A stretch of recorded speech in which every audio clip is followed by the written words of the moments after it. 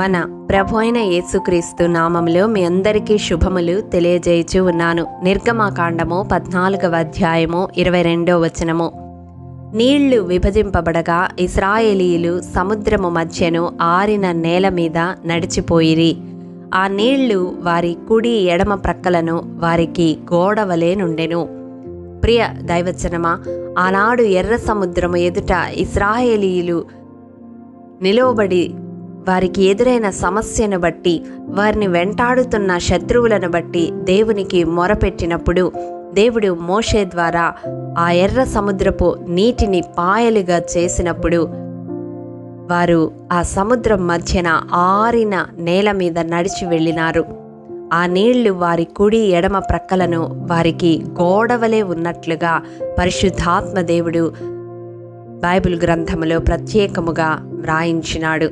అవును ప్రియ దైవజనమా, నిలకడలేని నీటిని దేవుడు స్థిరమైన గోడవలే మార్చేశాడు, నిలకడగా నిలబడేలా చేశాడు.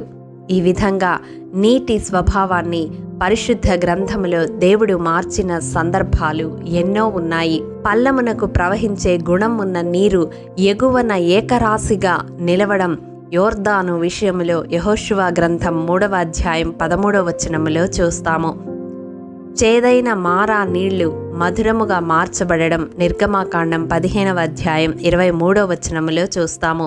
రంగు రుచి వాసన లేని నీరు రంగు రుచి వాసన కలిగిన ద్రాక్షారసముగా మార్చబడడం యోహాను సువార్త 2వ అధ్యాయము 7వ వచనములో చూస్తాము. ఆధారము లేని నీటిపై పేతురు నీళ్ల మీద నడిచేలా నీటిని ఒక ఆధారముగా, ఒక సమతలముగా మార్చడం మత్తయి సువార్త 14వ అధ్యాయం 29వ వచనములో చూస్తాము. ప్రియ దైవజనమా, నీటి గుణము ఎలాంటిదో మనకు తెలుసు. కానీ దాని సహజ గుణానికి భిన్నంగా దేవుడు పలు సందర్భాల్లో నీటిని మార్చివేశాడు. తన మహిమ కొరకు ఆ నీటిని ఉపయోగించుకున్నాడు.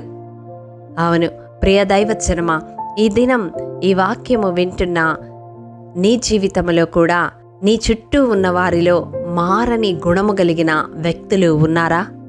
నీ కుటుంబంలో నీ భర్త కావచ్చు, నీ బిడ్డలు కావచ్చు, నీ తోబుట్టువులు కావచ్చు, నీ రక్త సంబంధికులు కావచ్చు, నీ ఇంటి వారు కావచ్చు. ఎవరైనా వారి గుణమును బట్టి నీవు బాధపడుతూ ఉన్నావా? ఇక వారి గుణము మారదు, నేను వీరిని భరించలేక ఉన్నాను అని దిగులు చెందుతూ ఉన్నావా? అది ఎటువంటి కఠినమైన గుణమైనా, అది ఎటువంటి చంచలమైన గుణమైనా దేవుడు మార్చివేయగలడు. నీటి సహజ గుణాన్ని మార్చిన దేవుడు నీ వారి సహజ గుణాన్ని మార్చివేసి వారిని గుణవంతులుగా తీర్చిదిద్దగలడు. వారి స్వభావమునకు విరుద్ధముగా వారి మనస్సును మార్చివేయగలడు, వారి మనస్సును త్రిప్పివేయగలడు. ఈ వాక్యము వింటున్న ప్రియ సహోదరుడా, సహోదరి, నీ చుట్టూ ఉన్న వారిలో ఏ గుణము నిన్ను బాధ పెడుతూ ఉంది? ఏ గుణము వారిని విడిచిపోవట్లేదే ఇంకా అని నీవు దేవుని వైపు దీనంగా కనులెత్తి చూస్తూ ఉన్నావు? అట్టి గుణము నజరేయుడైన యేసు శక్తిగల నామములో మార్చివేయబడగలదు. అవును, మన దేవునికి అసాధ్యమైనది ఏదీ లేదు. ఆయన నీటి గుణాన్ని మార్చివేసినవాడు. ఈ దినం నీతో సూటిగా మాట్లాడుతూ ఉన్నాడు. ఇన్ని దినాలు నీవు విజ్ఞాపన చేస్తూ ఇక మారరు, వారి గుణము మార్చబడదు, ఇక అసాధ్యము అని అనుకుంటూ ఈ మాటలు నీవు వింటూ ఉన్నావేమో. దేవుడు నీతోనే మాట్లాడుతూ ఉన్నాడు. ప్రియ సహోదరుడా, సహోదరి, తప్పక నీ వారి గుణము మార్చబోతూ ఉన్నాడు. నీవు ఆశించిన రీతిగా వారి గుణాన్ని దేవుడు త్రిప్పివేయబోతూ ఉన్నాడు. నమ్ముతున్నావా? ఆనాడు ఎర్ర సముద్రం వద్ద నిలకడ లేని నీటిని స్థిరమైన గోడవలే నిలబెట్టిన దేవుడు నీ వారి గుణాన్ని కూడా మార్చి అదే గుణములో కొనసాగునట్లు స్థిరముగా నిలబెట్టగలడు. నమ్మితే ఈ ప్రార్థనలో ఏకీభవించు. కృపాభరితుడవైన మా ప్రియ పరలోకపు తండ్రి, నీ పరిశుద్ధ పాదములకు వందనములు. దేవా, విత్తబడిన వాక్యమును ప్రతి హృదయములో నూరంతలుగా ఫలింపచేయండి. నీటి గుణాన్ని మార్చివేసిన దేవుడవు ప్రభువా, నీవు ఎవరి గుణాన్నైనా మార్చివేయగలిగిన వాడవు అని మేము నమ్ముతూ నీ కృపాసనము చెంత సమీపిస్తూ ఉన్నాము. ఎందరూ ఈ మాటలు వింటూ నాయన వారి కుటుంబస్తుల గుణగణాలు మారాలి అని నీ వైపు దీనంగా చేతులు చాపి విజ్ఞాపన చేస్తూ ఉన్నారు. అట్టి ప్రతి ఒక్కరి హృదయ వాంఛను సిద్ధింపచేయండి.